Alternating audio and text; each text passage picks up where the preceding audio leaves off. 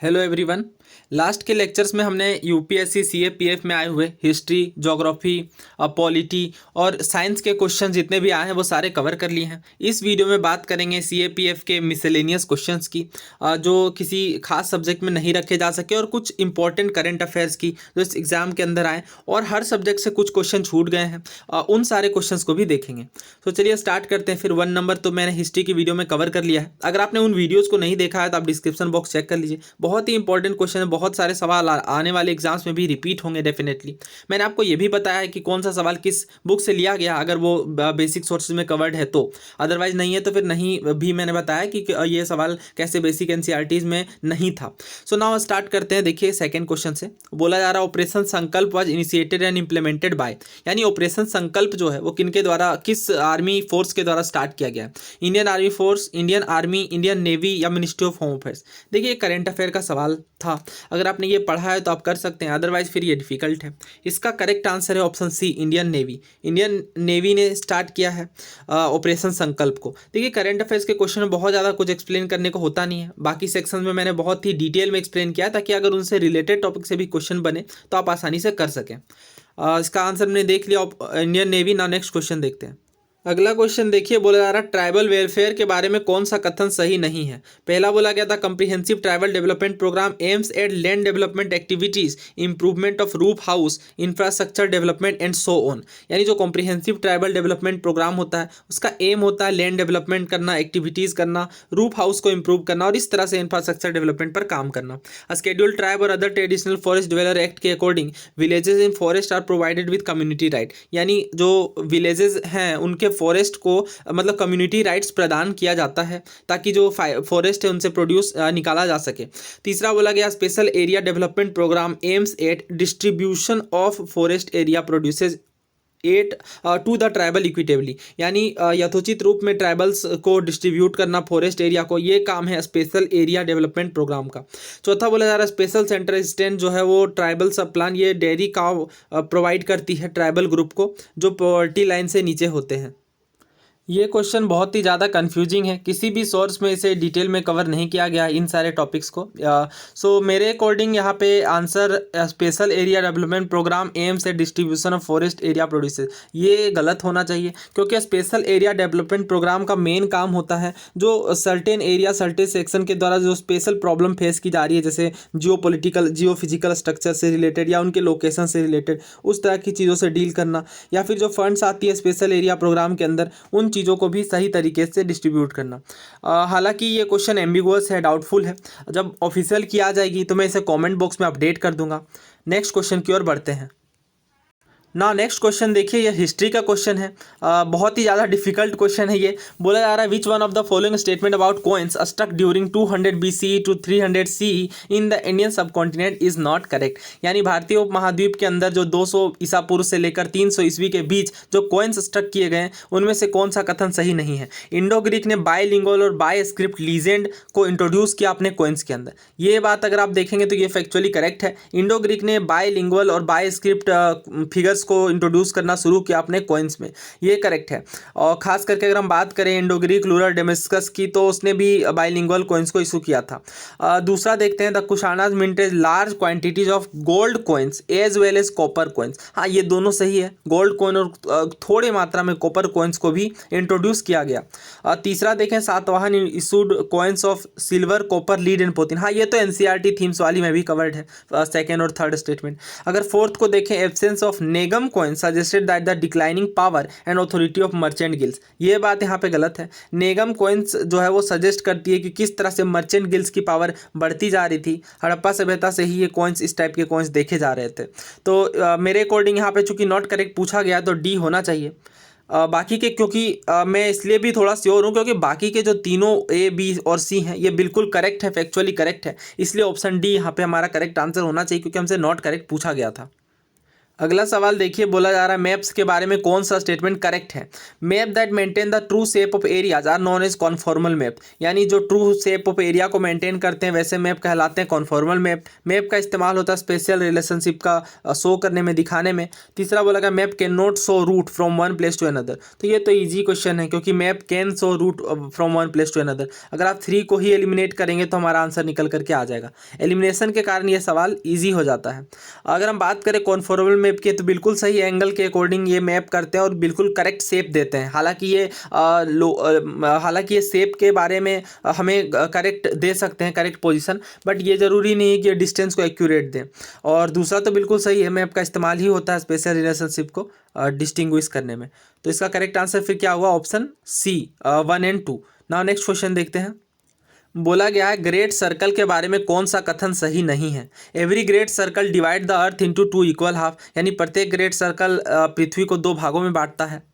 पहले great circle समझ लेते हैं कि ग्रेट सर्कल क्या होता है। देखिए ग्रेट सर्कल क्या होता है, किसी भी स्फीयर के अंदर जब हम उसे 2 इक्वल भागों में बांट सकते हैं, एग्जैक्टली 2 इक्वल भागों में, चाहे वो ऐसे हो या किसी भी पोजीशन में हो, तो वो जो साइज कहलाती है, वो जो लाइन कहलाती है वो ग्रेट सर्कल कहलाती है। अब ग्रेट सर्कल क्या होता है, great circle is the largest possible circle that can be drawn around a sphere. एक स्फीयर के चारों ओर जो सबसे बड़ी सर्कल ड्रॉ की जा सकती है वो ग्रेट सर्कल कहलाती है। अगर हम इसके स्टेटमेंट्स की बात करें तो every great circle divide the earth into 2 equal, बिल्कुल सही है। जितने भी ग्रेट सर्कल आप यहाँ पे ड्रॉ कर सकते हैं इनफाइनाइट नंबर से, वो सारे के सारे इक्वल हाफ में डिवाइड करेंगे। Every great circle is a circumference of the earth, ये भी बिल्कुल सही है क्योंकि वो लार्जेस्ट डिस्टेंस को कवर कर रहा है, इसलिए वो सर्कमफेरेंस के लेंथ के इक्वल होगा। तीसरा देखिए, great circle mark the longest travel route between location of earth surface, नहीं लॉन्गेस्ट नहीं, शॉर्टेस्ट, क्योंकि सबसे शॉर्ट से शॉर्ट डिस्टेंस की बात की जाएगी ग्रेट सर्कल के अंदर, तो ये तो गलत है। Great circle is the largest circle that can be drawn around and earth through 2 particular points. हाँ, मैंने आपको बता दिया 2 बिंदुओं के बीच जो मैक्सिमम दूरी, मैक्सिमम जो लाइन ड्रॉ की जा सकती है वो ग्रेट सर्कल कहलाती है। तो हमें नॉट करेक्ट पूछा गया था, तो ऑप्शन सी यहाँ पे हमारा करेक्ट आंसर होगा। अगला सवाल देखिए, ऑपरेशन फ्लड को पॉपुलरली किस नाम से जाना जाता है। तो ये तो सरल सवाल है, हर बुक्स के अंदर ये आपको कवर्ड मिलेगा। आंसर है इसका the white revolution. White revolution को ही ऑपरेशन फ्लड के नाम से जाना जाता है। 13 जनवरी 1970 को इशू किया गया था और ये दुनिया का लार्जेस्ट डेयरी डेवलपमेंट प्रोग्राम था, और इसीलिए हम लोग 13 जनवरी को नेशनल डेयरी डे भी मनाते हैं। और ये डेफिनेटली दूध के लार्ज प्रोडक्शन से एसोसिएटेड है। ये एनसीईआरटी में भी कवर्ड है। नाउ नेक्स्ट क्वेश्चन देखते हैं। अगले सवाल में बोला जा रहा है स्टैंड अप इंडिया स्कीम किससे संबंधित है। सोशल सिक्योरिटी ओल्ड एज से, providing technical know how to young educated और स्किल्ड वर्कर से, एंटरप्रेन्योरशिप प्रमोट करना among women SC and ST community, या इंश्योरेंस कवर करना 18 से 50 साल के लोगों के बीच। इसका करेक्ट आंसर है ऑप्शन सी, एंटरप्रेन्योरशिप को प्रमोट करना among minorities, women, SC and ST community. इस स्कीम के तहत 10 लाख से 1 करोड़ के बीच एक schedule caste, schedule tribe in borrowers को दिया जाता है कि वो एंटरप्रेन्योरशिप में आगे बढ़ सके। ये क्वेश्चन करंट अफेयर का है, बट बहुत ज़्यादा डिफिकल्ट इसे नहीं माना जा सकता क्योंकि ये भी हाल के सालों में भी एग्जाम्स के अंदर पूछा जा रहा है। स्टैंड अप इंडिया स्कीम के क्वेश्चंस की बात करें प्रीवियस ईयर के अंदर, तो सिविल सर्विसेज में भी पूछा गया। बोला गया था 2 स्टेटमेंट दिए गए थे स्टैंड अप इंडिया स्कीम के बारे में। पहला बोला गया था its purpose is to promote entrepreneurship among SC ST and women entrepreneurs, और दूसरे में बोला गया था it provides to refinance through SIDBI। तो दोनों ही स्टेटमेंट बिल्कुल सही है, SC ST और वुमेन से रिलेटेड है ये। और दूसरा तो हमने देख ही लिया कि SIDBI के थ्रू फाइनेंशियल असिस्टेंस दी जाती है। और एक बार अभी हाल ही में एग्जाम के अंदर पूछा गया, ये EPFO में भी पूछा गया है, और जम्मू कश्मीर PSC में भी पिछले साल ये पूछा गया था। नाउ नेक्स्ट क्वेश्चन देखते हैं। नाउ नेक्स्ट क्वेश्चन देखिए, the early Malwa school of painting was influenced by Shirazi school while the early Mughal paintings initially followed Bihzad school.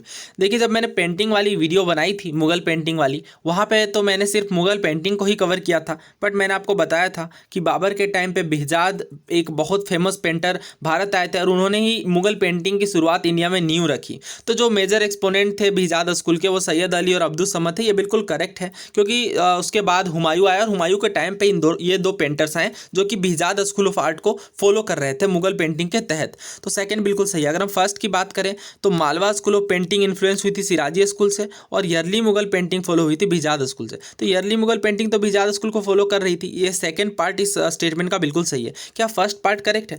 तो फर्स्ट पार्ट को भी करेक्ट माना जा सकता है, क्योंकि मालवा स्कूल लगभग 16-17 सेंचुरी में फ्लरिश हुई और सिराजी स्कूल भी 15 सेंचुरी में देखी जा रही थी।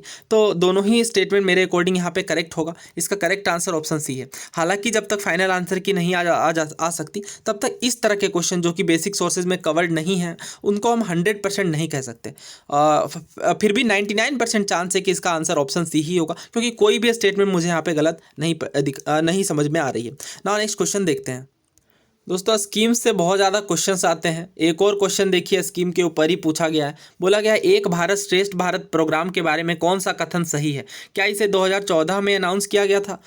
नहीं, 2014 में नहीं, 31 अक्टूबर 2015 को सरदार वल्लभ भाई पटेल की 140वीं जयंती पर अनाउंस किया गया था। तो फर्स्ट यहाँ पे गलत है।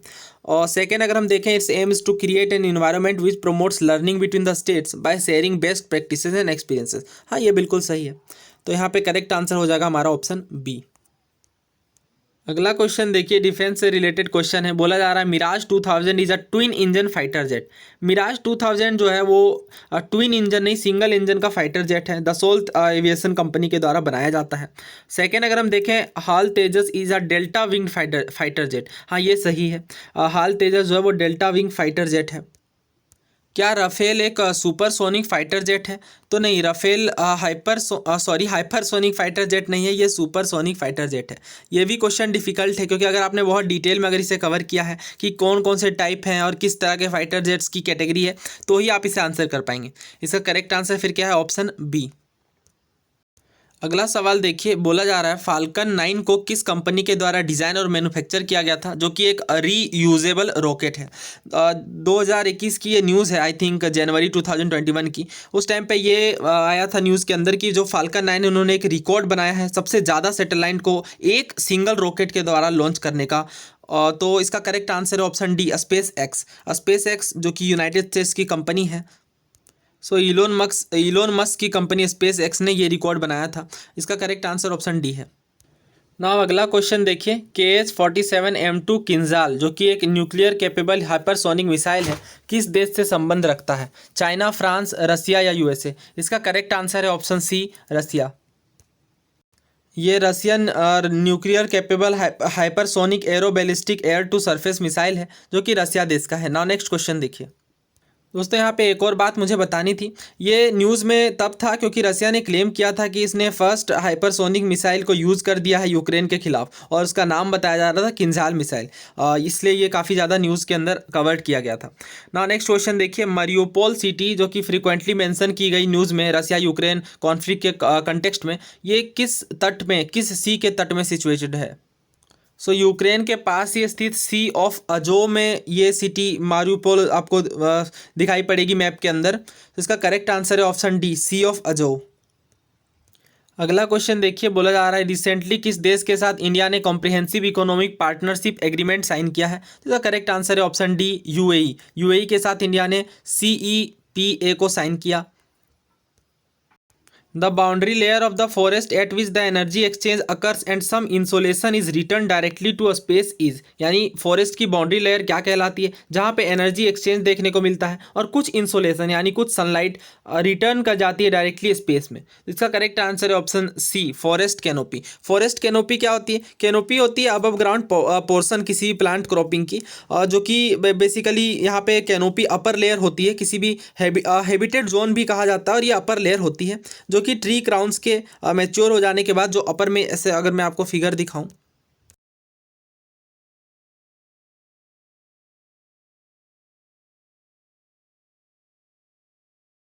और यही फॉरेस्ट की बाउंड्री लेयर होती है। तो इसका करेक्ट आंसर क्या है? Option C, forest canopy. अगला क्वेश्चन देखिए, बोला जा रहा है इंडिया का ओल्डेस्ट सेंट्रल पैरामिलिट्री फोर्स कौन सा है? तो ये फैक्चुअल क्वेश्चन है। इसका करेक्ट आंसर है option C, Assam Rifles. Now next question देखिए। अगला क्वेश्चन देखिए, बोला जा रहा है कि Atal mission for rejuvenation and urban transformation के अंतर्गत कौन सा थ्रस्ट एरिया नहीं है। पहला है वाटर सप्लाई, दूसरा storm water drainage to reduce flooding, motorised urban transport and capacity building, और चौथा है ग्रीन स्पेसेस एंड पार्क। तो वाटर सप्लाई कवर्ड है, storm water drainage to reduce flooding भी इसके अंतर्गत आता है। अगर हम तीसरा देखें monetised urban transport and capacity building, तो ये कवर्ड नहीं है, और चौथा भी यहाँ पे कवर्ड है। अगेन ये डिफिकल्ट क्वेश्चन है, फैक्चुअल क्वेश्चन है, बहुत पहले ये राजस्थान पीएससी में आया था, आई थिंक 2013 या 14 में मैंने कहीं पे देखा था इसे। फिर भी ये डिफिकल्ट क्वेश्चन है। बाकी के तीनों हालांकि कवर्ड है, water supply, storm water drainage to reduce flooding और ग्रीन स्पेसेस। अगला क्वेश्चन देखिए, बोला जा रहा है नॉन फंजिबल टोकन्स की बात किस संदर्भ में की जाती है। ब्लॉकचेन के डिजिटल एसेट्स के रूप में, banking correspondence in rural areas के ऑपरेशन के रूल में, तीसरा बोला गया multi factor authentication security requirement in banking transaction, चौथा बोला गया स्मॉल फाइनेंस बैंक के ट्रांजेक्शन से रिलेटेड। नहीं, इसका करेक्ट आंसर ऑप्शन ए है। ब्लॉकचेन की जब बात आ रही थी, बहुत ज़्यादा ये चर्चा में कवर्ड था, न्यूज़पेपर के द्वारा कवर्ड किया गया था, तो बोला जा रहा था कि नॉन फंजिबल टोकन्स के रूप में एनएफटी जिसे कहा जाता है नॉन फंजिबल टोकन, ये ब्लॉकचेन बेस्ड टेक्नोलॉजी के रूप में आएगा, और ये रिप्रेजेंट करेगा एक यूनिक एसेट को, जैसे कोई पीस ऑफ आर्ट हो गई, या कोई डिजिटल कॉन्टेंट हो गया, या कोई मीडिया हो गई। और एक जो एनएफटी होता है, वो एक बात और ध्यान रख लीजिए कि ये इररिवोकेबल यानी वापस इसे नहीं लाया जा सकता, ऐसा डिजिटल सर्टिफिकेट होगा ओनरशिप का, और ऑथेंटिसिटी को किसी दिए गए एसेट, किसी गिवन एसेट को रिप्रेजेंट करेगा। द टर्म सेगिटेरियस ए, जो कि कभी कभार न्यूज़ के अंदर मेंशन्ड होता है, ये किससे संबंधित है, किसे रेफर किया जाता है। Supermassive black hole in our milky galaxy. तो इसका जो करेक्ट आंसर है वो है supermassive black hole in our milky galaxy. Milky Way galaxy के अंदर सुपरमेसिव ब्लैक होल रेफर किया जाता है सेगिटेरियस ए को। अगला सवाल देखिए, Indian computer emergency response team के बारे में आपको बताना है। Data centre and service provide cell compulsorily report cyber security breaches within 24 hour. नहीं, ऐसी कोई कंपलसरी बात नहीं है। दूसरा बोला गया virtual private network provide cell retain user data for at least 5 year and share record with authorities when required. हाँ, ये सही है। तो हम करेक्ट आंसर की बात करें तो ऑप्शन बी है। देखिए, करंट अफेयर्स के ज़्यादातर सवाल टफर साइड में हैं, बहुत ज़्यादा फैक्चुअल हैं और बहुत डीप में पूछे गए हैं। The principle of common but differentiated responsibilities and respective capabilities often जो मीडिया में बात की जाती है, ये किससे संबंधित है। तो इसका करेक्ट आंसर है reduction of green house gas emission, यानी ग्रीन हाउस गैस के रिड्यूस करने की बात बोली जाती है। Common but differentiated responsibilities and respective capabilities, यानी कि अलग अलग रिस्पॉन्सिबिलिटी है बट ये कॉमन है, और रेस्पेक्टिव कैपेबिलिटीज है। इस प्रिंसिपल को UNFCCC के 2015 सम्मेलन में शामिल किया गया था। As part of the Look East policy, which of the following capital of northeastern India is proposed to be connected with Bangladesh and rail route? इसका करेक्ट आंसर ऑप्शन ए है, Agartala. Again a difficult question. अगला question देखिए, बोला जा रहा है non banking financial company क्या नहीं कर सकती है। लोन नहीं दे सकती, इन्वेस्टमेंट नहीं कर सकती, बोरो फ्रॉम बैंक यानी बैंक से उधार नहीं ले सकती, या seek demand deposit from public and can not issue cheque, यानी डिमांड डिपॉजिट सीक नहीं कर सकती और पब्लिक चेक को इशू नहीं कर सकती। इसका करेक्ट आंसर है ऑप्शन डी, यानी जो नॉन बैंकिंग फाइनेंशियल कंपनी होगी ये डिमांड डिपॉजिट को एक्सेप्ट नहीं कर सकती है। Also NBFC do not form part of the payment and settlement system and can not issue cheques drawn on itself, यानी वो पेमेंट और सेटलमेंट सिस्टम कोई फॉर्म नहीं कर सकती और चेक भी खुद से इशू नहीं कर सकती। इसका करेक्ट आंसर ऑप्शन डी। अगला क्वेश्चन देखिए, the proceeds from disinvestment are included as, यानी डिस इन्वेस्टमेंट क्या होता है। जब सरकार कुछ एसेट्स को सेल करती है तो वो डिस इन्वेस्टमेंट कहलाती है। तो ये जो डिस इन्वेस्टमेंट से प्रोसीड आता है, इसे किसमें शामिल किया जाता है। ना देखिए, जब हम बात करते हैं बजट रिसीट्स की, तो इसके अंदर दो तरह के रिसीट शामिल होते हैं। पहला रेवेन्यू रिसीट, दूसरा कैपिटल रिसीट। रेवेन्यू रिसीट दो प्रकार की होती है, टैक्स रेवेन्यू और non tax revenue. Tax revenue सबको पता है, दो तरह के टैक्सेस होते हैं, डायरेक्ट टैक्स और इनडायरेक्ट टैक्स, और इसके अंदर बहुत तरह के। फिर नॉन टैक्स रेवेन्यू की जब हम बात करते हैं तो उसमें interest receipt, profit and dividends, ये सब चीज़ें कवर्ड होती हैं। ना देखिए, कैपिटल रिसीट के अंदर इसे शामिल किया जाता है जो डिसइन्वेस्टमेंट से प्रोसीड्स आती है। कैपिटल रिसीट की अगर हम बात करें तो कैपिटल रिसीट होती है वो उस तरह की रिसीट जो कि लाइबिलिटीज़ क्रिएट करती है, या फिर आप बोल सकते हैं जो फाइनेंशियल एसेट को रिड्यूस करती है। हालांकि ये मिसलेनियस कैटेगरी में अगर हम बात करें तो जो डिसइन्वेस्टमेंट से प्रोसीड आती है वो कैपिटल रिसीट के अंदर शामिल होती है। अगला क्वेश्चन देखिए, GST क्या है ये पूछा जा रहा है। डेस्टिनेशन बेस्ड कंजम्पशन टैक्स है, ओरिजिन बेस्ड प्रोडक्शन टैक्स है, डेस्टिनेशन बेस्ड सेल टैक्स है, या फिर origin based tax on sale transaction है। सो इसका करेक्ट आंसर है destination based consumption tax. Destination based taxes किस तरह के होते हैं। सो जो कि डायरेक्ट जो कि डायरेक्टली उस जगह पे टैक्स किए जाते हैं जहाँ पे इसे कंज्यूम किया जा रहा है, ना कि इसके ओरिजिन के प्लेस पे कंज्यूम किए जाते हैं। तो ऑफकोर्स जीएसटी उसी टाइप का टैक्स है, डेस्टिनेशन बेस्ड टैक्स है। और अगर हम बात करें कंजम्पशन टैक्स की, तो ऑफकोर्स ये ना कि ये प्रोडक्शन टैक्स ना होकर के कंजम्पशन टैक्स है। बेसिकली ये क्वेश्चन आपकी कंसेप्चुअल क्लैरिटी चेक कर रहा है कि आप जीएसटी को कितना अच्छा से समझे हैं।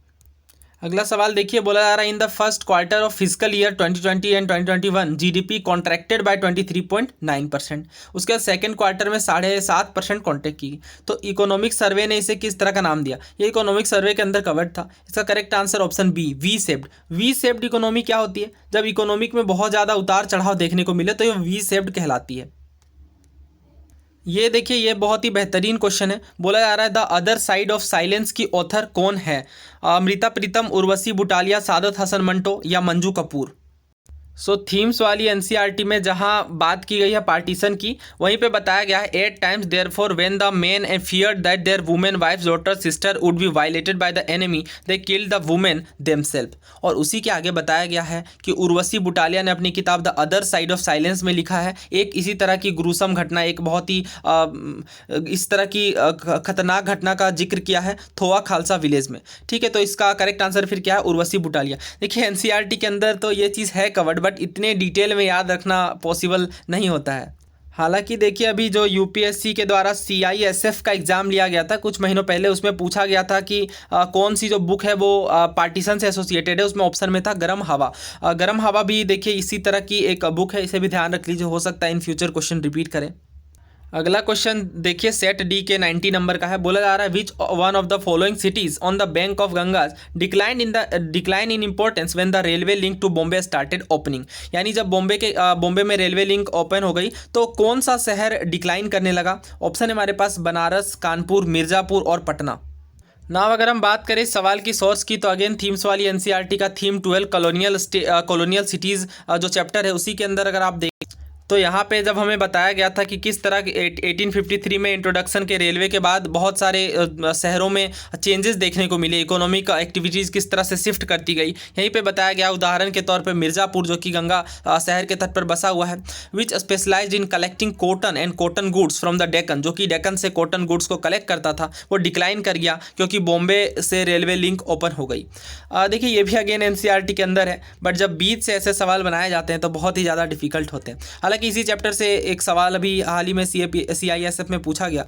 उसमें पूछा गया था कि सुएज कैनाल के खुलने के बाद किस शहर को अर्बस प्राइमस इन इंडिया का दर्जा दिया, यानी इसका मतलब है most important city of India. ठीक है, तो इसका करेक्ट आंसर फिर क्या है? बॉम्बे। अब क्योंकि सुएज कैनाल के खुलने के बाद बॉम्बे जो है वो एक इंपॉर्टेंट सिटी के रूप में उभरा, इसलिए Latin phrase urbs prima in this world का यूज़ किया गया। अगला क्वेश्चन देखिए, सी पोर्ट के बारे में पूछा गया है। क्या 4 मेजर और 25 माइनर सी पोर्ट है? नहीं, 11 मेजर पोर्ट है और काफ़ी ज़्यादा माइनर पोर्ट्स है, 300 से भी ज़्यादा। तो फर्स्ट तो गलत है। फर्स्ट को अगर हम एलिमिनेट करें तो हमारे पास 2 ऑप्शन बचते हैं, 3 ओनली और 2 एंड 3 ओनली। सेकेंड अगर हम देखें मेजर पोर्ट को under the administrative control of ministry of port, shipping and waterway, हाँ ये बिल्कुल करेक्ट है। इसका मतलब 3 भी यहाँ पे करेक्ट होता है। माइनर पोर्ट किसके अंतर्गत है? Jurisdiction of respective state maritime board के अंतर्गत। इसका करेक्ट आंसर फिर क्या है? Option D, 2 and 3 only. अगला क्वेश्चन देखिए, रीजनल ब्लॉक दिया गया और उसके हेडक्वार्टर का हमें मैच करना है। तो आसियान तो आसान है, मतलब आसियान का हेडक्वार्टर ईजिली कवर्ड होता है हर जगह पे। आसियान का जकार्ता है। और अगर हम ऑप्शन में देखें ईयू, हाँ ईयू जो है वो ब्रुसेल्स का है और ओपेक वियना का। तो यहाँ पे 4 अगर हम यहाँ पे इसे मैच करें तो 4 3 1 2, तो किसके साथ बचा फिर? मिन्स्क। ये थोड़ा कम कवर्ड होता है, तो हमने इसे मैच कर लिया है। 4 3 ईयू की बात करें तो ब्रुसेल्स, फिर यहाँ पे 2, तो 4 3 1 2, ऑप्शन ए बिल्कुल करेक्ट है। अगला सवाल देखिए, बोला जा रहा है कौन सा geological time period first appearance of marsupial से एसोसिएटेड है? मार्सुपियल्स किस तरह के जीव होते हैं? मार्सुपियल्स उस तरह के जीव होते हैं जो कि अपने प्रीमेच्योर बर्थ के लिए जाने जाते हैं और फिर कंटिन्यू डेवलप करते रहते हैं। जैसे आपने कंगारू देखा होगा, तो कंगारू के जो थैली होती है उस तरह के जीव, जैसे इसके अंदर आएंगे कंगारू, उसके बाद आपके वोम्बेट होते हैं एक, फिर कोआला हो गए, इस तरह के जीव होते हैं इसके अंदर शामिल। तो इनके ओरिजिन का जो पीरियड है ये लोअर क्रेटेशियस पीरियड होता है। जुरासिक पीरियड तो डायनासोर से एसोसिएटेड है। इसका करेक्ट आंसर ऑप्शन है लोअर क्रेटेशियस। देखिए 12th क्लास की बायोलॉजी में है, बट ओरिजिन के बारे में नहीं दिया गया है, तो अगेन ये डिफिकल्ट क्वेश्चन है। नाउ नेक्स्ट क्वेश्चन देखते हैं। आपको बताना है बॉर्डर रोड ऑर्गेनाइजेशन के बारे में कौन से कथन सही हैं। पहला बोला गया है border road organisation is concerned with the construction and maintenance of road in strategically sensitive areas. हाँ, ये बिल्कुल सही है। जिन जगहों पे सामान्य लोगों का पहुंचना कठिन होता है उन जगहों पे बीआरओ काम करके रोड्स कंस्ट्रक्ट करता है। बीआरओ अंडरटेक्स स्नो क्लियरेंस इन हाई एल्टीट्यूड एरिया। हाँ, ये भी करेक्ट है। बीआरओ का ये भी काम होता है कि स्नो क्लियरेंस हो हाई एल्टीट्यूड एरिया के अंदर। तो करेक्ट आंसर क्या होगा? ऑप्शन सी, बोथ 1 और 2। अगला सवाल देखिए, बोला जा रहा है कौन से देश नाटो का पार्ट नहीं है, नॉर्थ अटलांटिक ट्रीटी ऑर्गेनाइजेशन का। तो इसका करेक्ट आंसर है option C, Belarus. Belarus NATO का पार्ट नहीं है क्योंकि Belarus collective security treaty organisation CSTO का पार्ट है, इसलिए बेलारूस ने नाटो को ज्वाइन नहीं किया है। अगेन ये बहुत ज़्यादा चर्चा में चल रहा था, बट फिर भी नाटो के मेंबर्स के बारे में याद रखना डिफिकल्ट है क्योंकि काफ़ी सारे मेंबर्स हैं। इस तरह के सवालों को आप एलिमिनेशन टेक्निक से भी कर सकते हैं अगर आपको बाकी देशों के बारे में पता है तो। नेक्स्ट क्वेश्चन देखिए, the 15th ASEAN India summit was held virtually in March 2022। ये 15th नहीं, 18th एशियान इंडिया समिट था जो कि मार्च 2022 में हुआ। दूसरा बोला जा रहा है European union is India's largest regional trading partner. नहीं, US है हमारा लार्जेस्ट रीजनल ट्रेडिंग पार्टनर। तो यहाँ पे हमारा आंसर बनेगा फिर ऑप्शन डी, नाइदर 1 नॉर 2। एक क्वेश्चन हमारा साइंस का छूट गया था।